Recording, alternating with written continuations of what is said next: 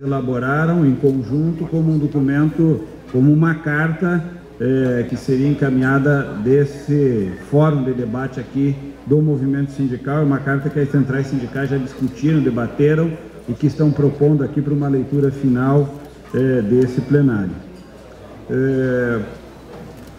O nosso tempo, nós temos como teto entre 14h45, 16h45, 17 horas como teto para esse debate nesse período da tarde. Bom, a ideia de promovermos essa discussão sobre desenvolvimento sustentável, a Rio+20 e a dimensão do trabalho decente em relação à agenda do desenvolvimento sustentável, ela se coloca como um elemento importante, primeiro porque nós estamos incorporando na agenda do trabalho do movimento sindical a temática do desenvolvimento sustentável, incluindo na temática do desenvolvimento sustentável a dimensão do trabalho decente como uma dimensão que constitui uma estratégia de desenvolvimento que busca a sustentabilidade. Articular essas dimensões todas é muito importante, mas o foco desse nosso debate, mais do que discutir o que é desenvolvimento sustentável, o que é trabalho decente, eu acho que o objetivo dessa nossa reflexão hoje à tarde é nós olharmos a perspectiva da promoção do desenvolvimento sustentável e contido nele a dimensão do trabalho decente, do ponto de vista do que a Conferência Rio+20 pode significar para essa agenda do desenvolvimento sustentável. Eu participei, coordenei no âmbito do Conselho de Desenvolvimento Econômico e Social, que é um conselho assessor da Presidência da República. Estamos lá nós, vários dirigentes sindicais, vários empresários, várias pessoas de várias origens da sociedade brasileira, convidadas na época pelo presidente Lula, agora pela presidenta Dilma, a compor esse conselho. E nesse conselho nós construímos, a partir de uma sugestão feita pelas organizações da sociedade, empresários, centrais e organizações ambientalistas e organizações não governamentais, fizemos um esforço para construir um posicionamento comum dessas organizações sobre a Rio+20. Sabíamos de antemão que era muito difícil conseguirmos construir um documento comum, porque é difícil os trabalhadores, eles só construírem um documento com a visão deles. Os empresários têm muita dificuldade de fechar um posicionamento do empresariado sobre desenvolvimento sustentável. As organizações ambientalistas também têm muita dificuldade em construir um posicionamento próprio. E nós nos propusemos, por demanda dessas organizações, a construir um posicionamento de todos, em conjunto, sobre a Rio+20. Bom,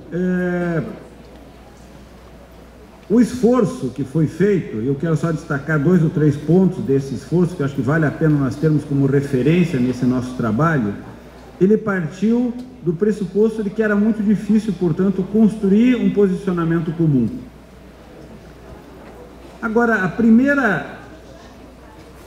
o ponto de partida dessa construção, que em grande medida ajudou a um esforço que foi feito e ao final nós conseguimos construir esse posicionamento comum, ele partiu do pressuposto de que a falência política, a fragilidade política, a incapacidade política de construir uma agenda de desenvolvimento sustentável e de promovê-la efetivamente significa uma falência global de todos, ou seja, todos perdemos, a humanidade perde, o planeta perde, se nós não tivermos uma agenda que consiga promover uma agenda de desenvolvimento sustentável.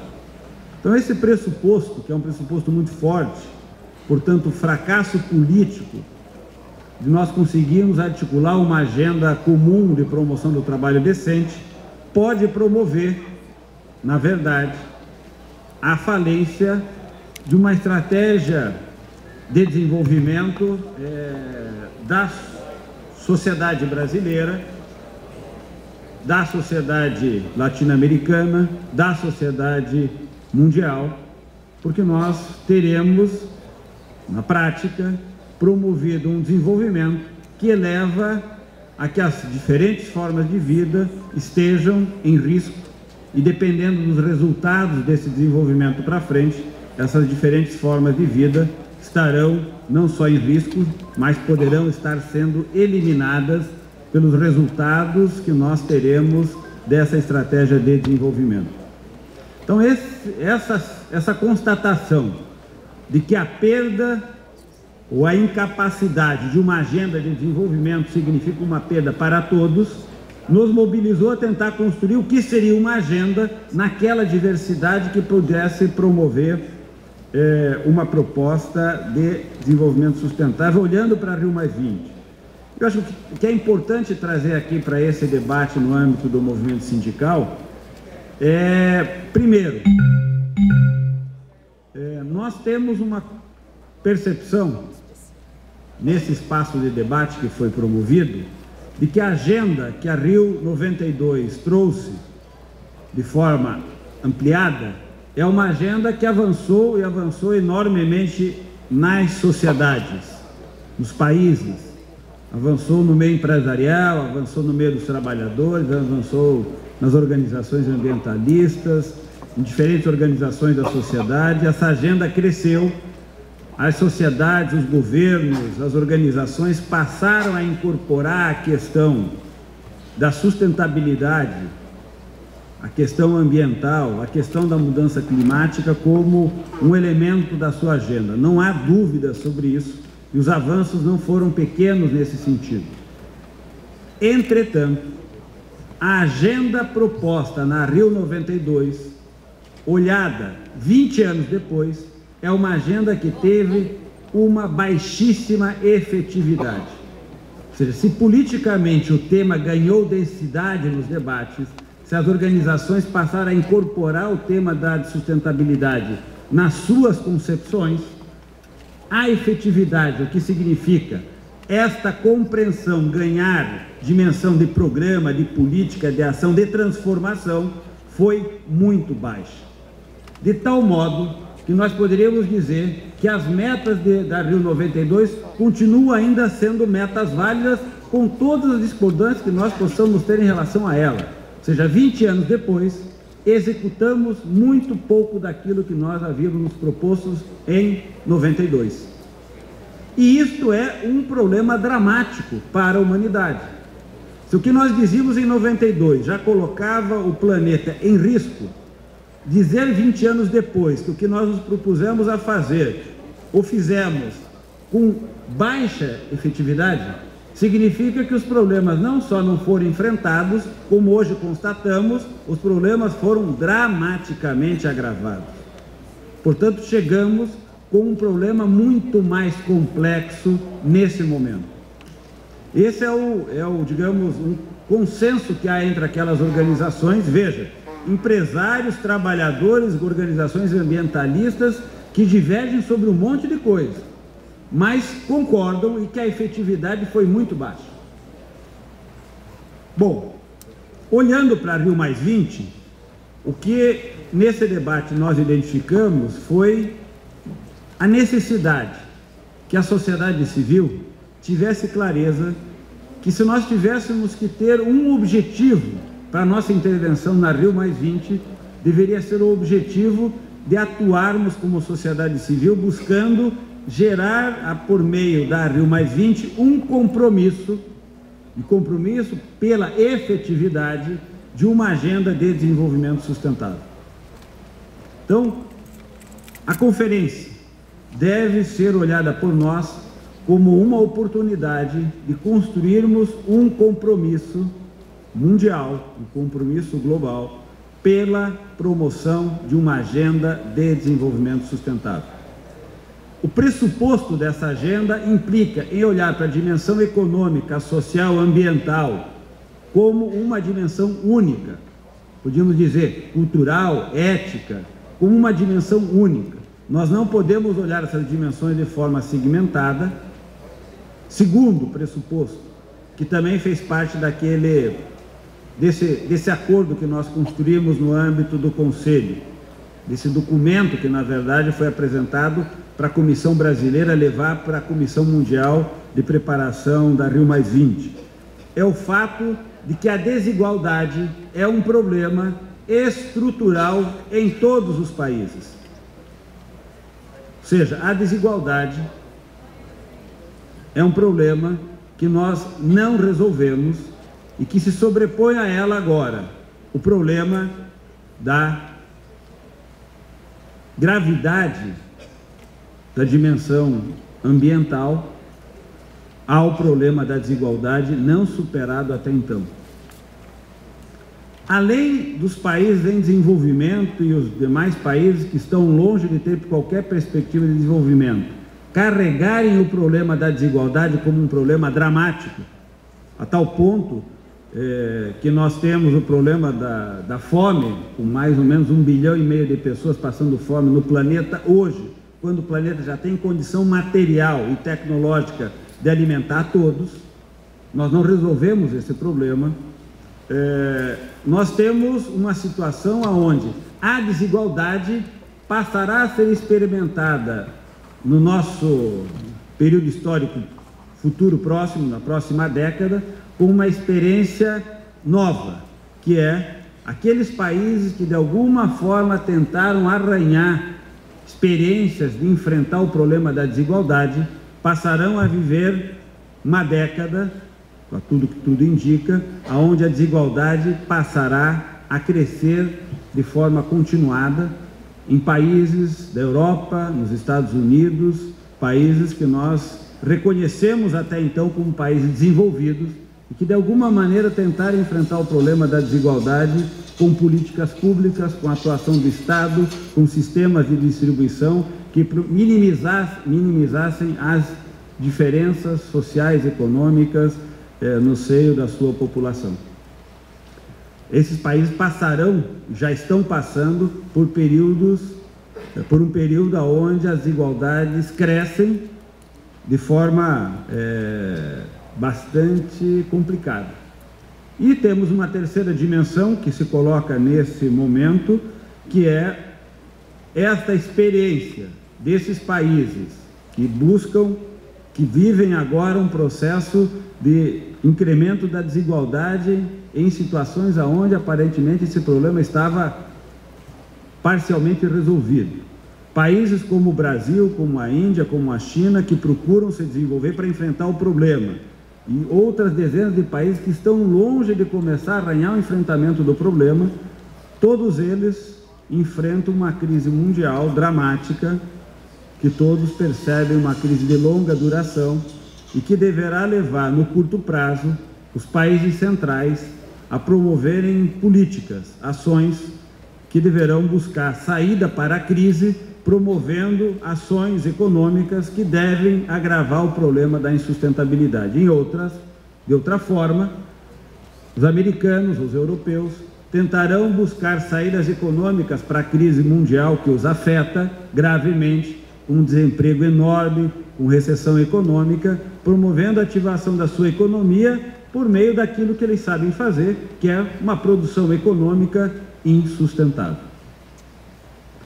Então, a agenda da Rio+20 é uma agenda que está colocada em um momento bastante delicado. É uma agenda de uma conferência, olhando 20 anos depois e dizendo tivemos baixa efetividade. É uma agenda que carrega o problema da desigualdade como um problema grave que precisa ser enfrentado. A dimensão primeira dela, da pobreza, está colocada como um elemento central dessa agenda. A desigualdade não é só mais um problema dos países pobres ou dos países em desenvolvimento, passa a ser um problema sério dos países centrais. Problema esse que, inclusive, tem colocado em risco no debate político, já aparecendo de forma bastante preocupante, em risco a própria experiência democrática desses países, ou seja, já existem pesquisadores e ideólogos, inclusive liberais, que dizem que a democracia está em risco por aquilo que a desigualdade está promovendo de embate político nessas sociedades.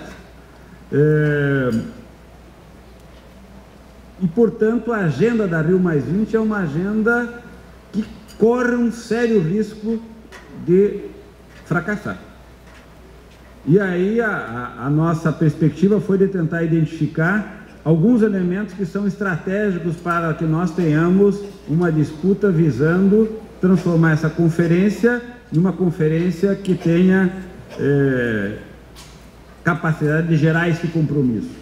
Primeira questão que nós levantamos: se nós não garantirmos como sociedade civil a presença dos chefes de Estado na conferência, a conferência não tem nenhuma possibilidade de tentar construir compromisso com a efetividade.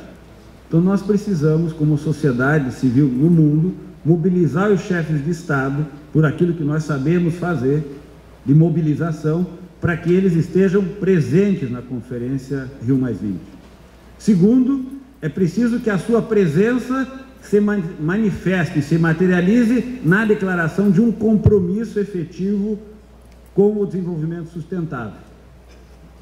Para quem começou a acompanhar a primeira versão do primeiro rascunho do Draft Zero, do primeiro rascunho da primeira versão do documento que está sendo construído para a Rio+20, e quem já leu o documento vai observar que é um documento fraco, vazio e longe de ser um compromisso que manifesta, de ser um compromisso que manifesta a vontade pela efetividade. Então, a primeira versão do documento, que é o documento que parte para a construção do que vai ser a declaração dos chefes de Estado que estiverem na conferência, é um documento fraco, muito fraco. Bom, então nós temos daqui até junho, a tarefa de mobilizar e tentar mudar o conteúdo desse documento, garantir a presença com uma manifestação forte, e a manifestação forte começa a ser construída nesse documento. No documento, para o documento, nós destacamos 4 dimensões, e com isso eu quero encerrar essa abertura, que são fundamentais para a construção do compromisso com o desenvolvimento sustentável. Primeiro, é fundamental que a Conferência Rio+20 tenha a capacidade de promover o desenho, ou promover as diretrizes que levem ao desenho de uma governança mundial adequada a uma agenda de desenvolvimento sustentável para o planeta. A governança existente hoje no planeta, que trata dessa questão, não é capaz de mobilizar as forças políticas do planeta para uma agenda de desenvolvimento sustentável. Sejam de mobilização de chefes de estados, de governos e de países, seja das grandes corporações multinacionais. Nós não temos uma governança adequada para tocar essa agenda para frente. Um dos problemas da baixa efetividade é a ausência de uma governança com capacidade para fazer isso. A governança deve vir acompanhada necessariamente por uma capacidade de financiamento. Nós precisamos constituir fundos, fontes de financiamento capazes de alavancar essa agenda em escala global. Portanto, precisamos que a conferência declare de forma evidente quais são os mecanismos de governança e de financiamento. Terceira dimensão é a dimensão de que os chefes de Estado, nesta conferência, precisam se comprometer com a promoção de agendas nos seus países de promoção da agenda de desenvolvimento sustentável. Então, o Brasil e assim os demais países têm que sair dessa conferência com o compromisso de construir a agenda do seu país com essa dimensão. E no caso brasileiro, nós sabemos aqui que nós estamos no curso da construção da Conferência sobre Trabalho Decente, por exemplo. E essa conferência tem um papel importante no sentido de indicar, no caso brasileiro, as diretrizes da promoção do trabalho decente como dimensão de uma estratégia de desenvolvimento sustentável. E nós sabemos aqui do movimento sindical que a nossa participação nesse processo de conferência ainda é frágil e que em alguns casos a nossa participação deixou a desejar, inclusive gerando situações aonde posicionamentos que estão muito longe de qualquer perspectiva de trabalho decente foram indicadas como conclusões de conferências regionais sobre trabalho decente. Há conferências no Brasil que estão indicando que nós não temos, por exemplo, problema de trabalho infantil no Brasil. Isso não é um problema mais do mercado de trabalho brasileiro.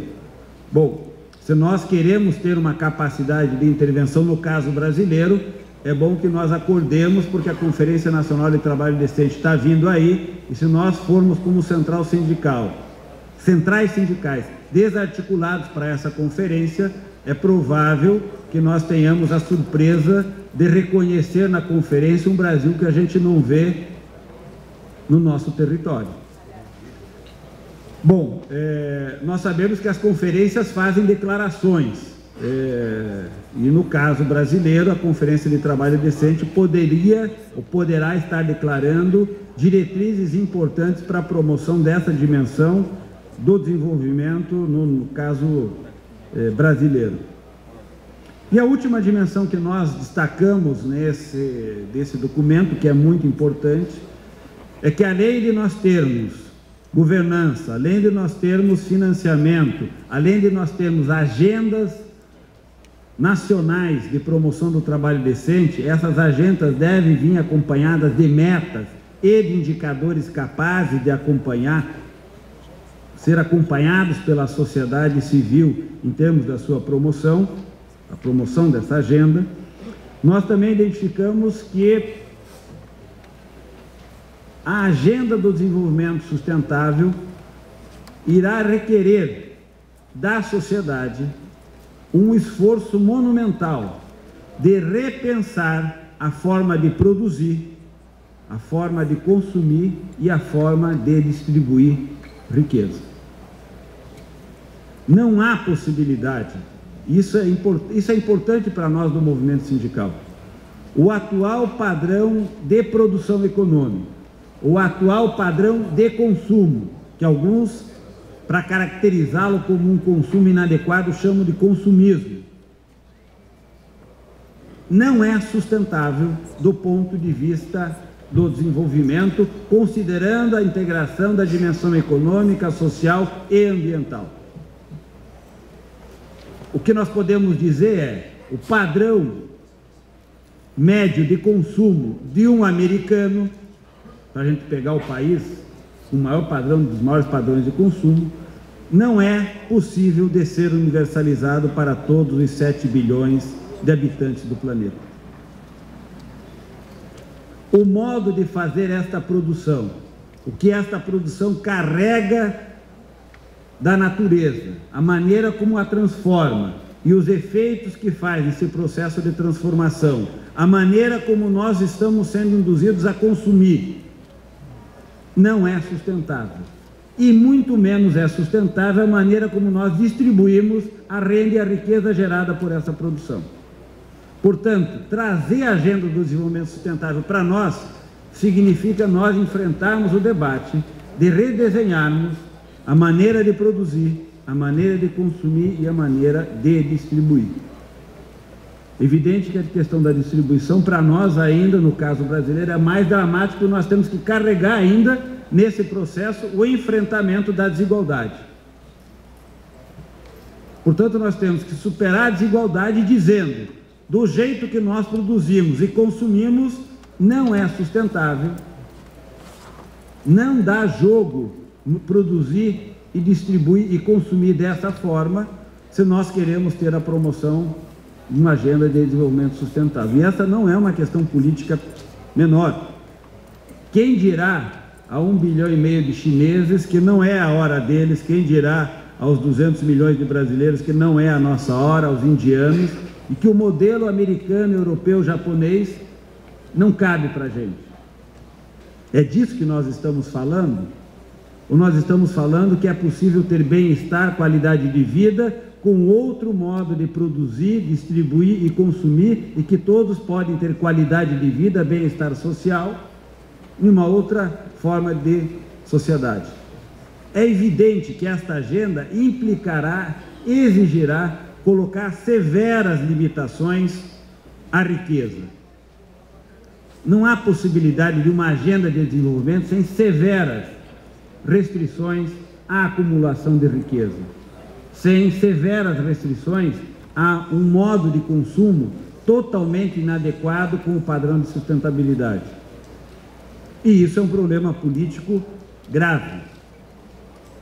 Se nós estamos vivendo nesse momento uma crise econômica onde os países centrais tenderão a promover nas suas sociedades uma revitalização econômica por meio de padrões de consumo, de produção que são insustentáveis, combinado com os países em desenvolvimento que também o fazem na mesma perspectiva, é muito provável que esta agenda de desenvolvimento sustentável tenha baixíssima possibilidade de ser efetivada.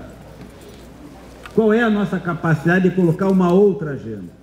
Qual é a nossa capacidade, enquanto movimento sindical e classe trabalhadora, de colocar uma outra agenda de desenvolvimento que coloca qualidade de vida e bem-estar social no centro da nossa perspectiva, com sustentabilidade econômica e social e ambiental?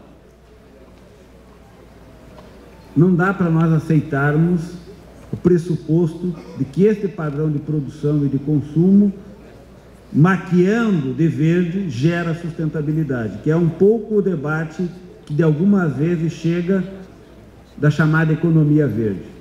Pintamos de verde uma produção extremamente nefasta para o meio ambiente, uma produção extremamente desigual do ponto de vista da concentração da riqueza e uma produção extremamente desigual do ponto de vista do seu consumo e da sua distribuição. Não dá para pintar de verde essa economia, porque nós sabemos que ela não para em pé do ponto de vista ambiental. Agora, como fazê-la se transformar? Isso exige capital político pesado, onde os estados tenham capacidade de mobilizar suas sociedades, seu aparato produtivo, sua capacidade empresarial para um outro rumo.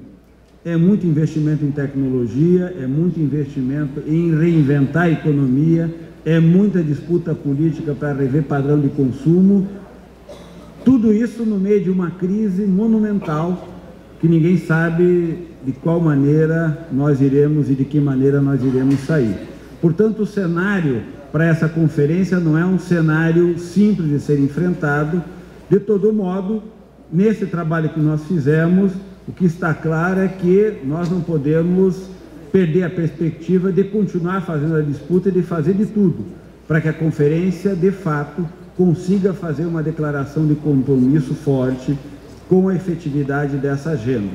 As mudanças que estão em curso são muito rápidas, todas as estimativas que os cientistas faziam dos efeitos da mudança climática e do impacto ambiental estão se antecipando de forma muito acelerada. Os cientistas não têm mais certeza sobre as suas perspectivas em termos de prazo e dos impactos e nem das magnitudes desses impactos. Portanto, cada vez mais está claro que a decisão que precisa ser tomada são decisões de caráter político, aonde os chefes de Estado, as grandes corporações e a sociedade civil têm capacidade de colocar a perspectiva do desenvolvimento em um outro rumo e a sustentabilidade deixe de ser um adjetivo do desenvolvimento e passe a ser componente substantivo da nossa concepção de desenvolvimento. E, nesse sentido, a dimensão do trabalho decente é uma dimensão que está posta como integrante de uma concepção de desenvolvimento e nós precisamos fazer as transformações na sociedade, fazê-la promovendo uma forma de trabalho digna. E essa é a nossa disputa. Nós temos que imaginar uma sociedade que produz, que distribui, que consome, produzindo de forma digna uma outra economia, uma outra sociedade, e essa construção não é simples, mas com certeza é uma tarefa que o movimento sindical tem que colocar no centro da sua prioridade, porque nós estamos falando do nosso destino como sociedade, como humanidade, como classe trabalhadora, e é extremamente importante que as centrais coloquem esse tema no centro da sua agenda. Bom, com essa provocação inicial, eu queria, em seguida, passar a palavra aos representantes das centrais que estão aqui presentes na mesa. Antes disso, convidar a Rejane Cabral, representante da nova central, para também se integrar conosco aqui à mesa. Nós combinamos aqui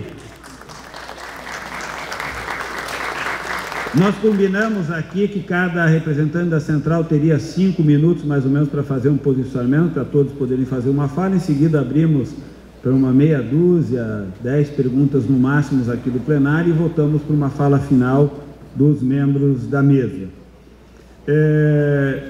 Então eu vou dar início aqui à circulação, a passagem da palavra, começando então pelo Joilson.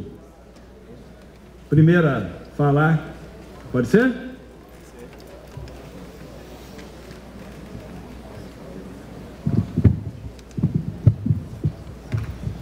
Boa tarde a todos e a todas. Clemente. Saudar a mesa aqui, a todos os componentes aqui das centrais sindicais.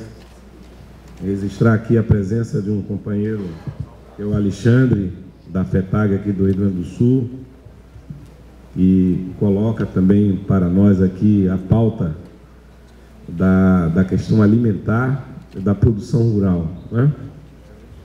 Nós sabemos que um dos problemas que nós temos que debater em termos de consumo não é só pensar no colapso que se dá hoje a produção de carros nos trânsitos das grandes cidades, mas principalmente de saber que nós estamos num século da tecnologia e existem pessoas que não têm condições de se alimentar, não comem, né? Então, a presença do companheiro aqui da FETAG do Rio Grande do Sul na mesa é uma presença simbólica, mas que, na verdade, nos remete a pensarmos aqui, a refletirmos sobre essa questão da segurança alimentar.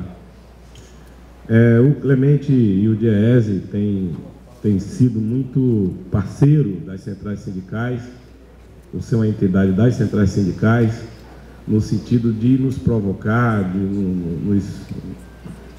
nos chamar a atenção sobre as questões do desenvolvimento, a questão da sustentabilidade, né, e a centralidade do mundo do trabalho. Na verdade, é isso que nós queremos pautar. Porque o nosso país, por exemplo, o Brasil, se tornou a 6ª economia do mundo, né? E provavelmente o ano que vem seremos a 5ª economia do mundo, né? Com um PIB estupendo. Isso é produção. E aí, quando nós debatemos essa futura 5ª economia do mundo, nós nos deparamos com alguns rótulos, alguns slogans que se levantam sobre a questão da capacidade da classe trabalhadora brasileira de produzir, a questão da qualificação, etc., né?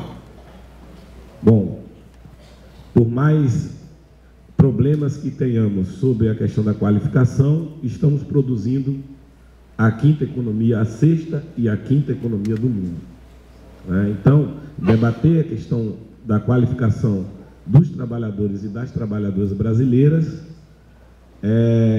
não é simples, ou simplesmente a gente dizer, há um problema de qualificação.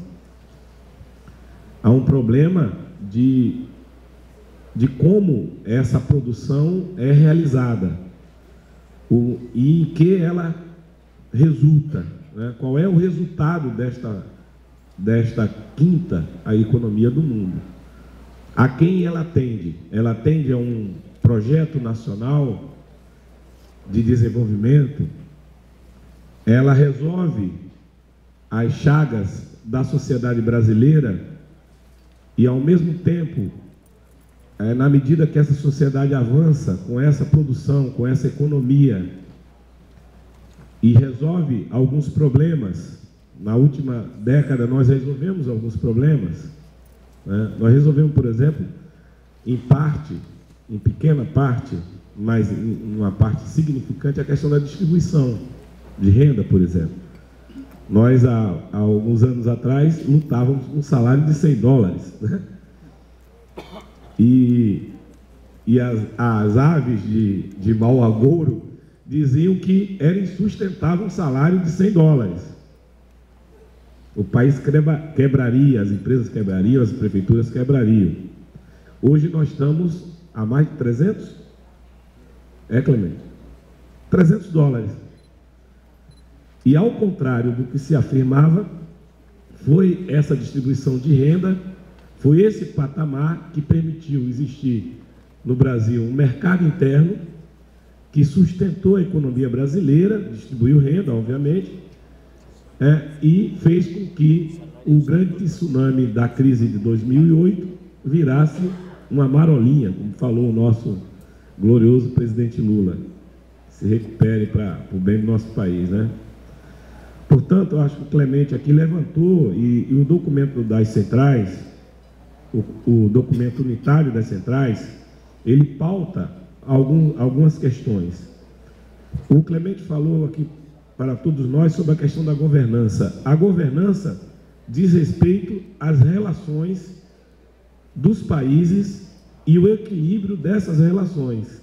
Não podem existir países que pautam uma governança de apenas buscar a solução dos seus problemas. Tá certo? Principalmente os países, as potências, né? Os países imperialistas, né?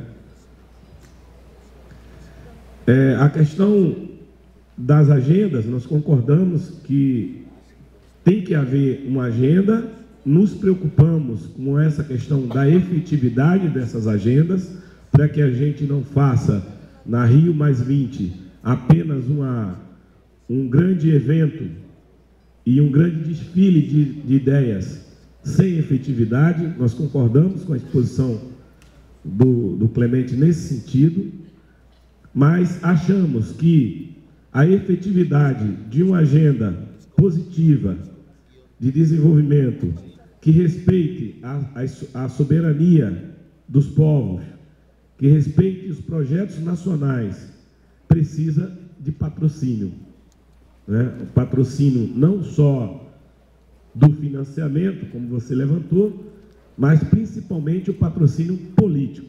E nesse sentido nós precisamos levantar o ponto da questão do equilíbrio das lideranças mundiais. Não é por um acaso que nós estamos aqui